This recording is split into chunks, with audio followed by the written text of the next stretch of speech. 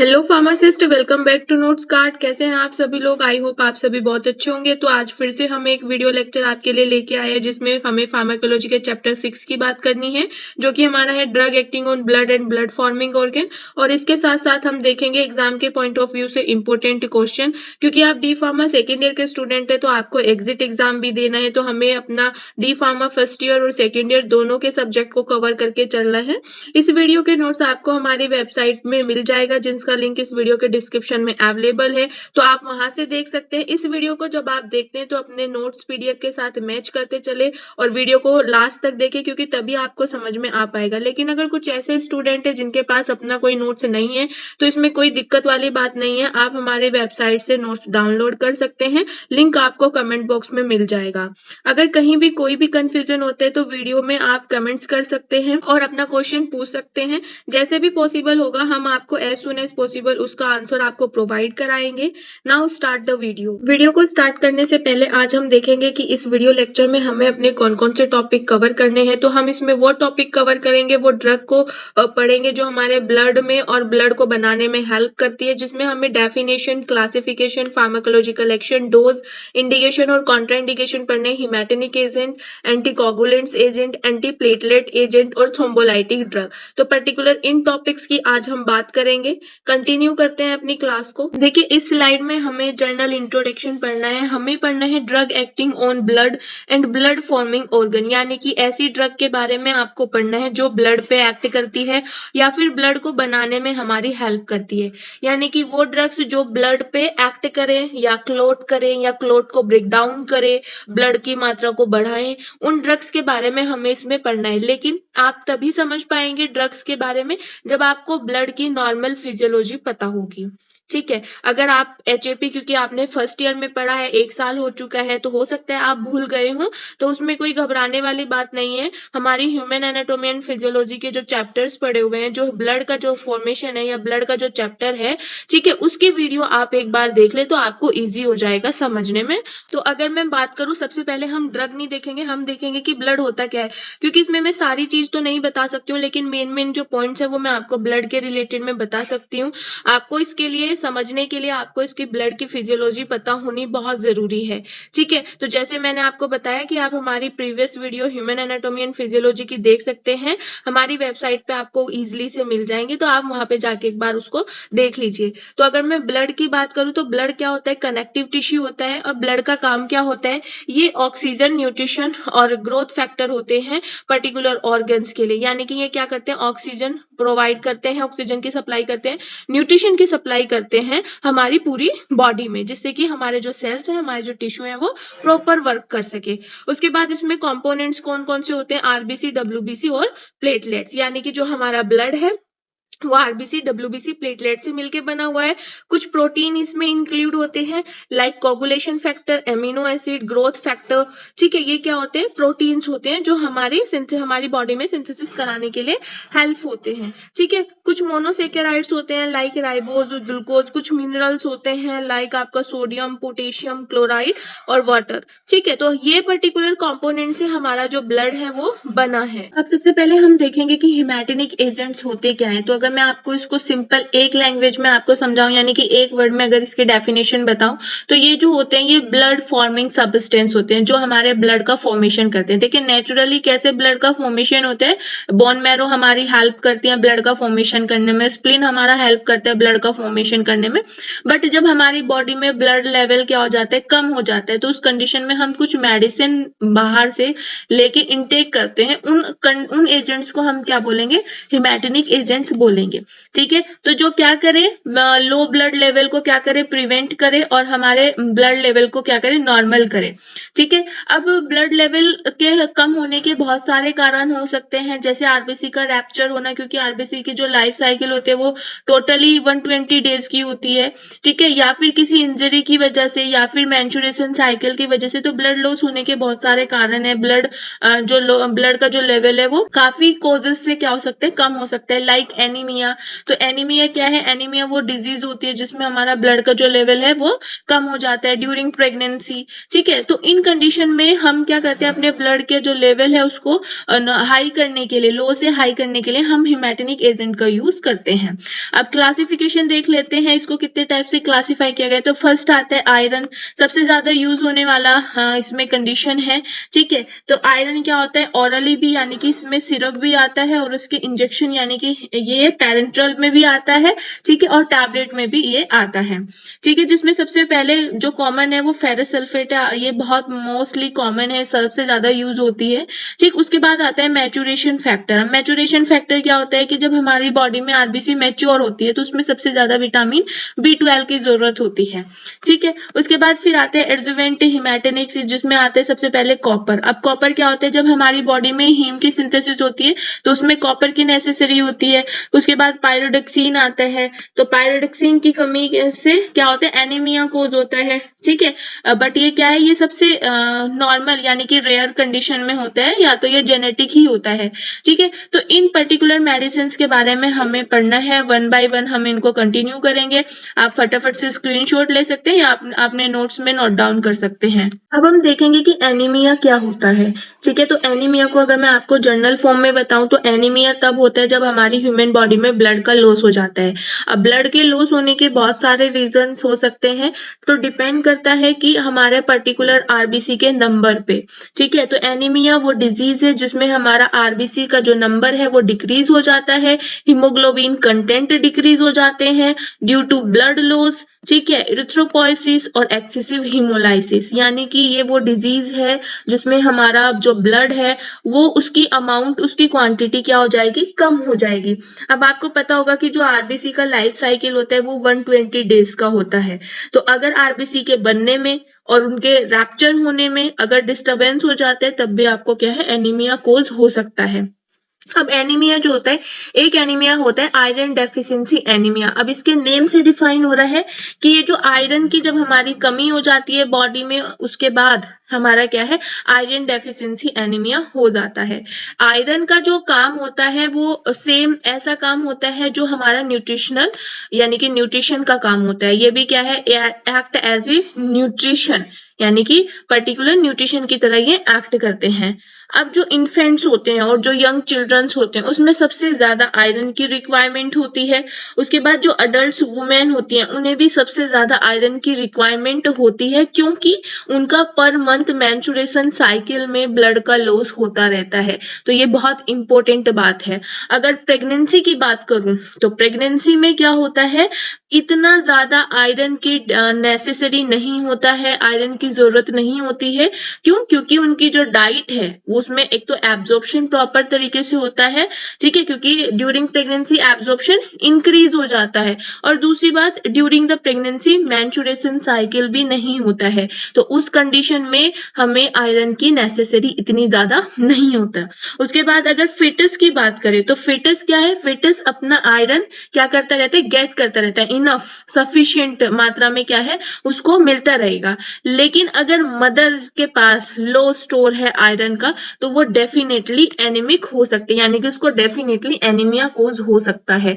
तो ये just basic information थी। एनीमिया, आपको इतना ध्यान रखना है कि एनीमिया वो डिजीज होती है, वो कंडीशन होती है जिसमें हमारा जो ब्लड है उसका लेवल कम हो जाता है, और उसी कंडीशन में हम हिमैटिनिक एजेंट देते हैं ब्लड के लेवल को बढ़ाने के लिए। हिमैटिनिक एजेंट में सबसे फर्स्ट एजेंट आता है आयरन। ठीक है, आयरन क्या है? आयरन हमारी बॉडी के लिए इम्पोर्टेंट है और एक मेजर रोल प्ले करता है हमारी बॉडी में फंक्शन को रेगुलेट करने के लिए। ये क्या करता है? जो ये आरबीसी से क्या करता है? ऑक्सीजन को लंग्स से सेल में पहुंचाता है पूरी बॉडी में, जिससे कि जो सेल्स हैं उनको प्रॉपर ऑक्सीजन मिल सके और उनको न्यूट्रिशन मिल सके। दूसरी बात ये क्या कराता है? ये हीम की सिंथेसिस कराने में हेल्प करता है। हीम यानी कि हीमोग्लोबिन की सिंथेसिस कराने में हेल्प करता है with the help of cytochrome oxidase enzyme, and iron को बाउंड करता है और स्टोरेज करने में, protein as a protein storage करने में ये क्या करता है? हेल्प करता है। ठीक है, उसके बाद ये कुछ कंपाउंड्स होते हैं जो हमें आयरन की फॉर्म में मिलते हैं, लाइक फेरिटिन हो गया, हेमोसिड्रीन हो गया। ये क्या करते हैं, आयरन को बाउंड करके ट्रांसफर करते हैं हमारी पूरी बॉडी में।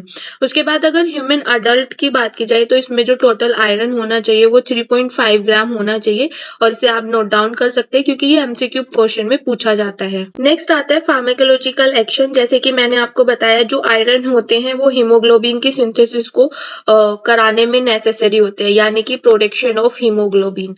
आयरन डेफिशिएंसी से, यानी कि आयरन के डिक्रीज होने से हमें क्या हो सकता है, हीमोग्लोबिन के जो प्रोडक्शन है वो डिक्रीज हो सकता है, माइक्रोसाइटिक हो सकता है, हाइपोक्रोमिक एनीमिया हो सकता है। अब बात करते हैं डोज ऑफ आयरन की, यानी कि आयरन को कितनी डोज किसके लिए होता है। तो अगर चिल्ड्रंस की बात किया जाए तो चिल्ड्रंस में 7 to 12 मंथ्स में 11 mg पर डे के अकॉर्डिंग कैलकुलेट किया जाता है, यानी कि प्रोडक्शन होता है। 1 to 3 ईयर में 7 mg पर डे के अकॉर्डिंग प्रोडक्शन होता है। 4 to 8 ईयर्स में 10 mg पर डे, ये नॉर्मल रेंज है एक पर्टिकुलर चिल्ड्रंस में कितना आयरन की डोज होना चाहिए। नेक्स्ट मेल है, मेल में कितना होना चाहिए, 14 से 18 ईयर्स में 11 mg पर डे से इसका डोज कैलकुलेशन होना चाहिए। 19 ईयर और इससे ऊपर 8 mg पर डे से होना चाहिए। फीमेल्स की अगर बात करूं, क्योंकि फीमेल्स में क्या होता है, हीमोग्लोबिन यानी कि ब्लड का जो प्रोडक्शन होता है वो रिलीजमेंट होता है, वो क्या है, टाइम टू टाइम डिक्रीज होता जाता है। तो उस कंडीशन में 19 to 50 ईयर्स में 18 mg पर डे का डोज कैलकुलेशन होना चाहिए। 51 ईयर और इससे ऊपर 8 mg पर डे का होना चाहिए। प्रेग्नेंट जो वुमेन्स होती हैं उनमें 27 mg पर डे होना चाहिए। ब्रेस्ट फीडिंग जो मदर करती हैं, ठीक है, उनके पास under 19 year 10 mg per day और 19 ईयर के बाद 9 mg पर डे का डोज आयरन का होना चाहिए। तो पर्टिकुलर आप इसको नोट डाउन कर सकते हैं, ये बहुत ज्यादा इंपॉर्टेंट पार्ट है कि आयरन में हमारी बॉडी में मेल्स में कितना होना चाहिए, फीमेल्स में कितना होना चाहिए और चिल्ड्रंस में कितना होना चाहिए। अगर हिमैटनिक एजेंट के इंडिकेशन की बात की जाए तो सबसे पहले तो ये आयरन डेफिशिएंसी एनीमिया को ट्रीटमेंट में यूज किया जाता है। सेकंड, फैटिग्यू के ट्रीटमेंट में यूज किया जाता है। कॉन्ट्राइंडिकेशन की अगर बात करूं तो स्टमक अपसेट, यानी कि स्टमक के खराब होने पे नोजिया और वॉमिटिंग, ये क्या है, इसके कॉन्ट्राइंडिकेशन है। नेक्स्ट टॉपिक है हमारा कोगुलेंट्स एंड एंटीकोगुलेंट्स। तो कोगुलेशन होता क्या है, जब ब्लड जो है वो जम जाता है, ब्लड के थक्का जमना, उसे हम कोगुलेशन कहते हैं, और उस ब्लड को क्लॉट से रिलीज कराना, उसको हम कहते हैं एंटीकोगुलेशन। यानी कि ऐसी ड्रग्स जो हमारे कोगुलेशन से प्रिवेंट कराए उसको हम बोलेंगे एंटीकोगुलेंट एजेंट। सबसे पहले बात करेंगे कि कोगुलेंट्स होते क्या हैं। तो कोगुलेंट्स का दूसरा नाम है थ्रोम्बोजेनेसिस, जो क्या है, एबनॉर्मल कंडीशन है ब्लड के फॉर्मेशन को कराने के लिए, ठीक है। हिमेटोस्टेटिस किसे बोलते हैं, हीमियोस्टेटिस किसे बोलते हैं, जो ब्लड का क्या कराती है, फॉर्मेशन कराती है, ठीक। तो इसमें क्या होता है कि जो आर्टियर और वेनस में जो ब्लड का फॉर्मेशन है वो नहीं हो पाता है। ये दो कंडीशन से हो सकता है, आरबीसी और डब्ल्यूबीसी, ठीक है। उसके बाद जो हमारी हीमियोस्टेटिस प्रोसेस है वो भी क्या हो जाती है, कहीं ना कहीं डिस्टर्बेंस हो जाती है, और जो हमारी ब्लड वेसल्स है वो डैमेज हो जाएंगी। इस कंडीशन को हम क्या बोलते हैं, कोगुलेंट्स बोलते हैं, और इस कंडीशन को ठीक करने के लिए हम एंटीकोगुलेंट्स का यूज करते हैं। अब पर्टिकुलर इसमें क्या होता है कि 3 बेसिक मेजर हो सकते हैं, मेजर पार्ट्स हो सकते हैं, जिसमें क्या है, या तो हमारा जो ब्लड लॉस है वो क्या हो सकता है, रिड्यूस हो सकता है या फिर स्टॉप हो सकता है। फर्स्ट हमारा आता है वस्कुलर स्पाज्म। अब वस्कुलर स्पाज्म आप पहले भी बहुत बार पढ़ चुके हैं, जब हमारी जो ब्लड वेसल्स है वो क्या हो जाती हैं, ऐंठ जाते हैं, स्पाज्म हो जाती हैं। सेकेंड हमारा आता है platelet plug formation. Platelet plug formation यानी कि जो हमारी प्लेटलेट्स है वो तो या क्या हो जाएंगी, या तो रैप्चर होना स्टार्ट हो जाएंगी, या फिर उसमें क्या है, कोई फैट, कोई लिपिड्स जमना स्टार्ट हो जाएगा।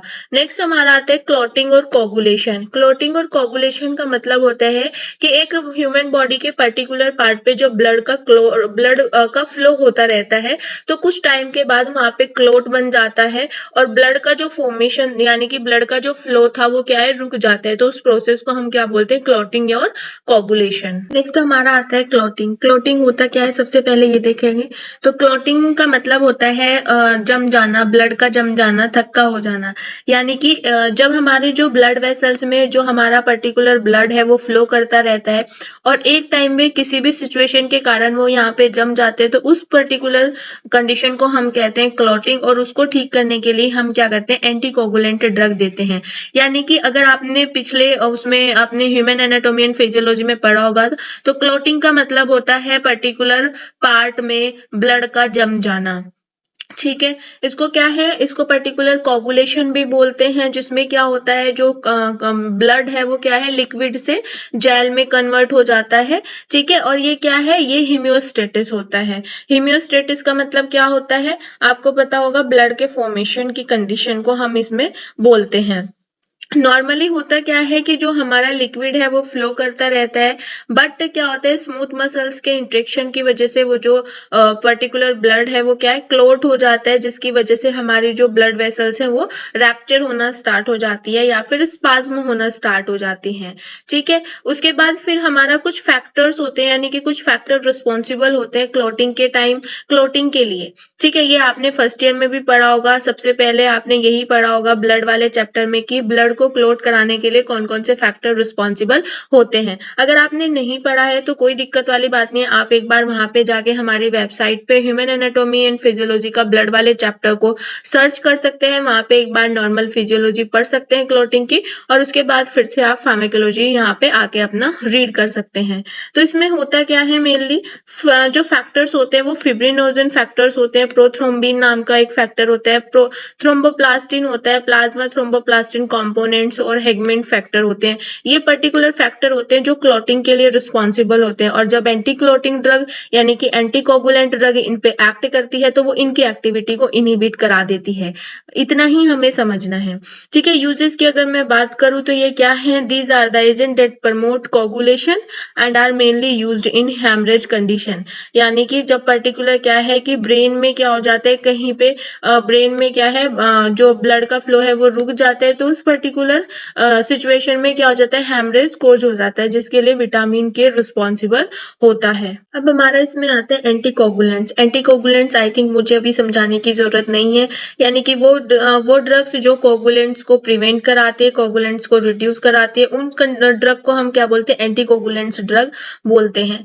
नेक्स्ट इसमें क्या आता है कि पर्टिकुलर जो क्लॉट होता है, डेफिनेटली सी बात है वो एक ह्यूमन बॉडी के लिए हार्मफुल कंडीशन हो सकती है। जैसे सपोज करो अगर ब्रेन में कहीं पे क्लॉट हो जाता है तो जो सिग्नल्स है वो पास नहीं हो पाएगा, जो ब्लड का फ्लो है वो आगे पास नहीं हो जाएगा, जिस कंडीशन में हमें कभी कभी स्ट्रोक आ जाता है या फिर हार्ट अटैक आ जाता है। अगर हार्ट में कहीं पे क्या हो जाता है, ब्लॉकेज हो जाता है और जो ब्लड का फ्लो है वो प्रॉपर नहीं हो जाता, तो उस कंडीशन में हमें हार्ट अटैक आ सकता है।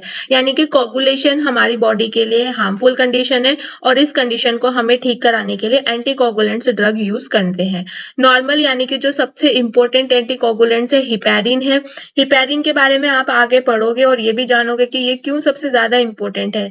नेक्स्ट हम पढ़ेंगे क्लासिफिकेशन ऑफ एंटीकोगुलेंट्स। क्लासिफिकेशन की अगर बात करूं तो ये दो टाइप से क्लासिफाइड है, पैरेंट्रल और ओरल। यानी कि आप इनको पैरेंट्रल आईवी के थ्रू भी ले सकते हैं और ओरल के थ्रू भी ले सकते हैं। तो फर्स्ट अगर बात करूं पैरेंट्रल में, तो इसमें आता है इनडायरेक्ट थ्रोम्बिन इनिबिटर और डायरेक्ट थ्रोम्बिन इनिबिटर।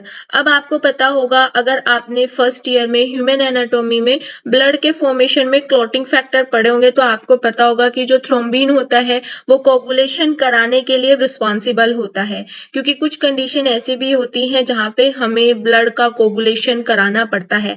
जैसे सपोज करो किसी ह्यूमन बीइंग का अगर कोई एक्सीडेंट हो जाता है और उसका पर्टिकुलर ब्लड का जो फ्लो है वो बाहर रिलीज हो रहा है, तो उस कंडीशन में हमारे जो कोगुलेंट फैक्टर होते हैं वो एक्टिवेट हो जाते हैं और ब्लड का जो लॉस हो रहा है उसको रोक देते हैं with the help of clotting. ठीक है, तो ऐसा नहीं है कि हमें कोगुलेशन फैक्टर की जरूरत नहीं होती है, बट क्या होता है कि अगर ब्लड का जो क्लोट है अगर वो ब्लड वेसल्स में होते हैं तो वो हमारी बॉडी के लिए हार्मफुल कंडीशन है। ठीक है, तो अगर आपने नहीं पढ़ा है ब्लड क्लॉटिंग वाला चैप्टर, तो आप सबसे पहले वही पढ़े, उसके बाद आपको ये समझ आएगा। तो या तो हम इनडायरेक्ट तरीके से थ्रोम्बिन इनको इनिबिट कर दे या फिर हम डायरेक्टली थ्रोम्बिन को इनिबिट कर दे। नेक्स्ट हमारा आता है ओरल एंटीकोगुलेंट्स, जिसमें हमारा आता है डेरिवेटिव्स आते हैं, डायरेक्ट फैक्टर 10 इनहिबिटर आता है और 10A इनहिबिटर क्या होता है ये भी आपको तभी पता चलेगा जब आप कोगुलेटिंग के फैक्टर को आप पढ़ेंगे। नेक्स्ट आता है हमारा ओरल डायरेक्ट थ्रोम्बिन इनहिबिटर। ठीक है, उसमें क्या है कि पर्टिकुलर हमें इन टॉपिक्स के यानी कि इन ड्रग्स के बारे में हम 1 बाय 1 हमें पढ़ना है। तो सबसे पहले हम बात करेंगे हिपैरिन की। अब सबसे पहली ड्रग हमारी जो आती है हिपैरिन है। हिपैरिन सबसे ज्यादा यूज होने वाली ड्रग है। ठीक है, तो इसमें क्या है, it is also known as unfractionated heparin यानी कि इसको आप UFH भी बोल सकते हो और ये हमारा ग्लाइको एमिनो ग्लाइकेन से नेचुरली अकर होता है। फार्माकोलॉजिकल एक्शन की अगर मैं बात करूं, अगर मैं आपको एक सिंगल लैंग्वेज में बताऊं तो ये जो हमारा थ्रोम्बिन जो हमारा कोगुलेशन फैक्टर होता था उसकी एक्टिविटी को इनहिबिट करता है with the help of enzyme. ठीक है, वो भी देखेंगे कौन से एंजाइम से ये बाइंड करता है, क्योंकि जो थ्रोम्बिन होता है वो किसके लिए रिस्पॉन्सिबल होता था, कोगुलेशन के लिए रिस्पॉन्सिबल होता था। तो अगर हम थ्रोम्बिन की एक्टिविटी को क्या कर देंगे, इनहिबिट कर देंगे, वो कोगुलेशन पर्टिकुलर बना नहीं पाएगा और हमारा जो ब्लड का फ्लो है वो होता जाएगा। तो जो हिपैरिन होते हैं वो सल्फेटेड पॉलीसेकेराइड होते हैं जिनका मॉलिक्यूलर वेट होता है 3000 से 30,000 तक। ठीक है, ये क्या करते हैं, एंटीकोगुलेंट इफेक्ट शो करते हैं। ठीक है, क्या करेंगे, थ्रोम्बिन की एक्टिविटी को इनहिबिट करेंगे with the help of factor X। ठीक है, यानी कि फैक्टर 10। ठीक है, 10A कौन सा होता है ये आपको तब पता चलेगा जब आप हमारा ह्यूमन एनाटॉमी एंड फिजियोलॉजी का ब्लड वाला चैप्टर पढ़ेंगे। ठीक है, और ये किसके एंजाइम की हेल्प से करता है, एंटी थ्रोम्बिन एंजाइम की हेल्प से ये करता है। तो ये क्या करेगा, ये पर्टिकुलर थ्रोम्बिन के ऊपर बाइंड करेगा with the help of AT enzyme यानी कि एंटी थ्रोम्बिन एंजाइम, और यही इसमें क्या है, मेंशन किया गया है। अगर डोज की बात की जाए कि डोज आप कितना ले सकते हो, तो अगर IV के थ्रू आप देते हो तो इसमें आपका जो रहेगा डोज यूनिट वो रहेगा 8000 से 10,000 यूनिट। ठीक है, उसके बाद 50 to 70 यूनिट kg आपका रहेगा अगर आप 4 to 6 आवर्स में यूज करते हो। अगर आप IV इन्फ्यूजन के थ्रू कंटिन्यूस यूज कर रहे हो तो 5000 यूनिट आपका रहेगा IV इंजेक्शन के थ्रू, और इन्फ्यूजन आपका रहेगा 20,000 to 40,000 यूनिट 24 आवर्स के लिए। इंडिकेटिंग की बात करूं, अगर इंडिकेशन की मैं बात करूं तो bleeding, pain, low blood plate, thrombocytopenia, इसमें हम इसको यूज कर सकते हैं। उसके बाद इसमें क्या है कि kidney functions, poor kidney functions में भी हम इसको यूज कर सकते हैं। कॉन्ट्रा इंडिकेशन की बात करूं, risk the high increasing bleeding, uncontrolled blood pressure, liver disease, stroke, hypertension, chest pain, irregular heart beat, shortness of breathing और डिजीनेस, इसके क्या है, कॉन्ट्रा इंडिकेशन है। डेफिनेटली सी बात है, इसमें कुछ चीजें आपका क्या है, हाइपरटेंशन से रिलेटेड भी है। क्यों, क्योंकि हम क्या करा रहे हैं, ब्लड का फ्लो करा रहे हैं। तो अगर ब्लड का फ्लो ज्यादा हो जाएगा तो आपको चेस्ट पेन होना स्टार्ट हो जाएगा, हार्ट बीट इरेगुलर हो सकता है, हाइपरटेंशन भी कोज हो सकता है, शॉर्टनेस ऑफ ब्रीदिंग भी हो सकती है। ठीक है, तो ये क्या है कि आपस में कोरिलेट करते हैं और आपको इनको समझना पड़ेगा। नेक्स्ट जो हमारा टॉपिक है वो है एंटीप्लेटलेट एजेंट। जैसे कि नेम से डिफाइन आपको हो रहा होगा, यानी कि ये जो ड्रग होते हैं, ये जो एजेंट्स होते हैं, ये प्लेटलेट के अगेंस्ट काम करेंगे। यानी कि ये क्या करते हैं, प्लेटलेट्स के फंक्शन में इंटरफेयर करते हैं। जैसे कि सपोज करो आपको कोई इंजरी हुई है और ब्लड का सिक्रीशन हो रही है, तो आपस में क्या होता है कि प्लेटलेट चिपकना स्टार्ट कर देते हैं। तो बस उसी कंडीशन को ये इनहिबिट करेंगी। ठीक है, और इनको क्या बोला जाता है, पर्टिकुलरली इनको बोला जाता है एंटी थ्रोम्बोइटिक ड्रग्स। ठीक, ये क्या करती हैं, प्लेटलेट के फंक्शंस में इंटरफेयर करती हैं और ये क्या करते हैं, थ्रोम्बो एम्बोलिक डिसऑर्डर को में ये यूज होती हैं। उसके बाद क्या होता है कि इनका जो यूज होता है, मेजर रोल होता है, वो क्लिनिकल प्रैक्टिस में होता है।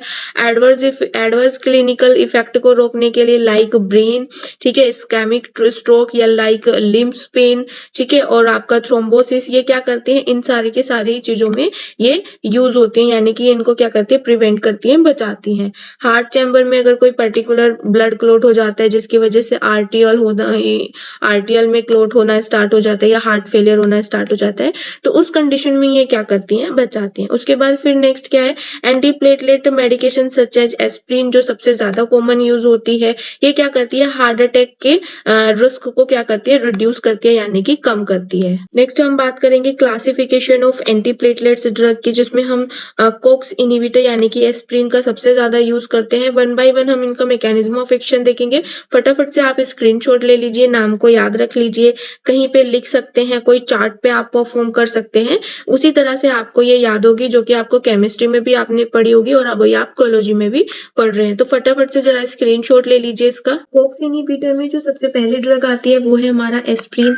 एस्प्रिन होता है क्या है, इसको फर्स्ट लाइन एंटीप्लेटलेट ड्रग बोला जाता है। क्यों बोला जाता है? क्योंकि जितने भी सीरियस वस्कुलर इवेंट रिस्क होते हैं ये इनको रिड्यूस करती है। ठीक है, उसके बाद फार्माकोलॉजिकल एक्शन की अगर मैं बात करूं तो अगर मैं आपको सिंगल लैंग्वेज में बताऊं तो सबसे पहला तो ये है कि इनको एसिटाइल सैलिसिलिक एसिड बोला जाता है, जो आपने केमिस्ट्री में भी पढ़ा होगा। उसके बाद ये क्या होते हैं, रिवर्सिबल प्रोस्टाग्लैंडिन इनहिबिटर्स होते हैं। ये क्या करते हैं, ये साइक्लोऑक्सीजिनेज एंजाइम की एक्टिविटी को इनहिबिट करते हैं और प्रोस्टाग्लैंडिन की सिंथेसिस को प्रिवेंट करते हैं। ठीक है, तो यही आपको जस्ट जनरल को अपना पर्टिकुलर पार्ट याद रखना है कि ये जो होते हैं साइक्लोऑक्सीजिनेज एंजाइम की एक्टिविटी को इनहिबिट करते हैं और प्रोस्टाग्लैंडिन सिंथेसिस को ये रोकते हैं। नेक्स्ट अगर मैं बताऊं आपको तो इसमें क्या होता है, इनकी जो लाइफ साइकिल होता है प्लेटलेट्स का, ये क्या होता है 8 to 10 डेज का होता है। ठीक है, तो ये क्या करते हैं, ये इमीडिएटली इफेक्ट शो करते हैं। उसके बाद अगर आप एक बार से, क्योंकि ये रिवर्सिबल होते हैं, तो अगर आप एक बार से एस्प्रिन थेरेपी को स्टॉप कर देते हैं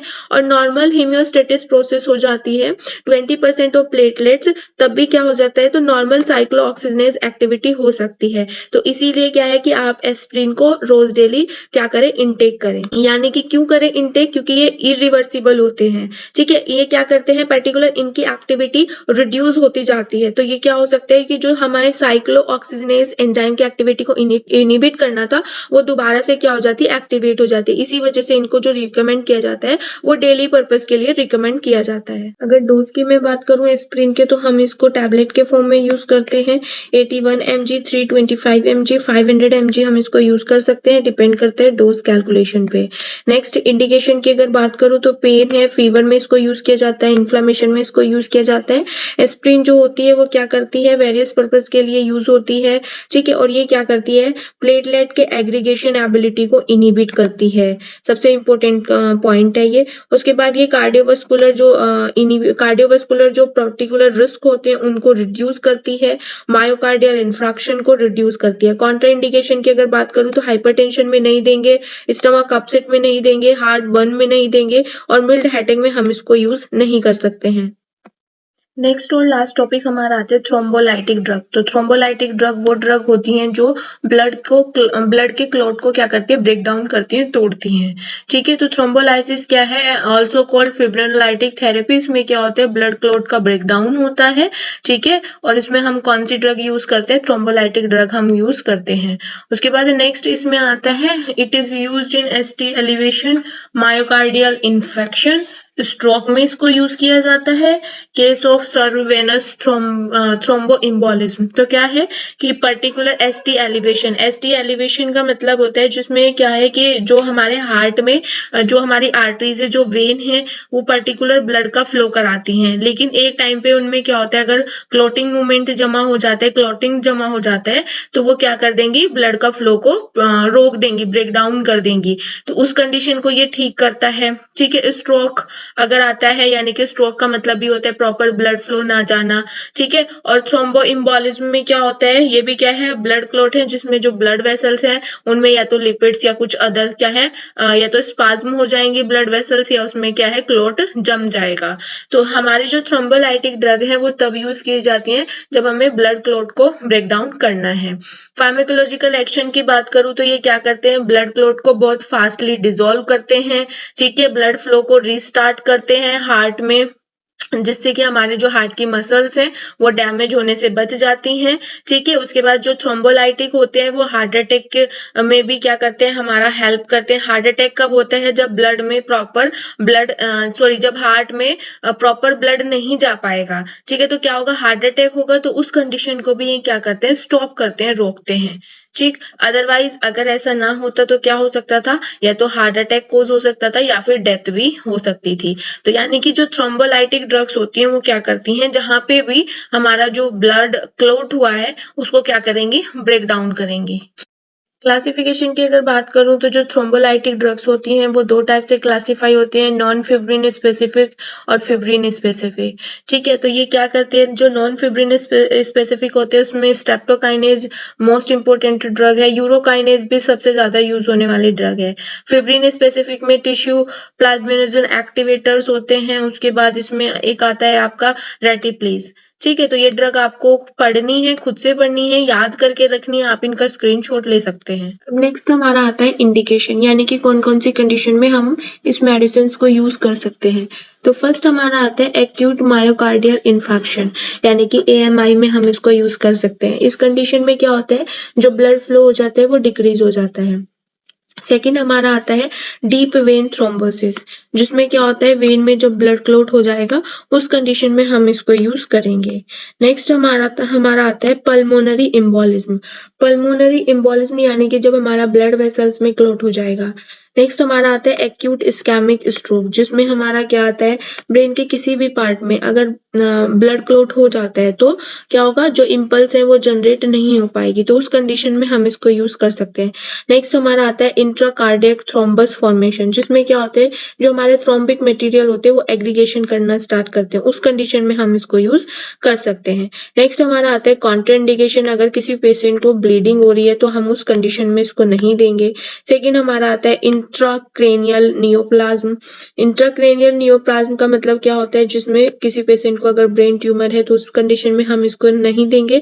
नेक्स्ट हमारा आता है पॉसिबल एरोटिक डिसेक्शन और एक्टिव ब्लीडिंग में हम इसको यूज नहीं करेंगे। नेक्स्ट क्लास में हम अपने चैप्टर 7 को कंटिन्यू करेंगे, जिसमें हमें पढ़ना है bronchodilator, expectorant, antitussive agent, mucolytic agent. तो अगर आप इन टॉपिक्स को समझना चाहते हैं तो आप ह्यूमन एनाटॉमी एंड फिजियोलॉजी का रेस्पिरेटरी सिस्टम की नॉर्मल फिजियोलॉजी और एनाटॉमी एक बार पढ़ लीजिए। ठीक है, तभी आपको ये बेसिक जो टॉपिक्स है वो क्लियर होंगे, क्योंकि ये सारे के सारे जो भी टॉपिक्स आपको अभी स्लाइड पे दिख रहे हैं ये सारे रेस्पिरेशन सिस्टम से बिलोंग करते हैं। तो आपसे रिक्वेस्ट है कि एक बार ह्यूमन एनाटॉमी एंड फिजियोलॉजी में जाके रेस्पिरेशन वाला चैप्टर को आप एक बार पढ़ लें। Thank you for watching this video. If you have any query and question then ask me in comment box. Thank you so much.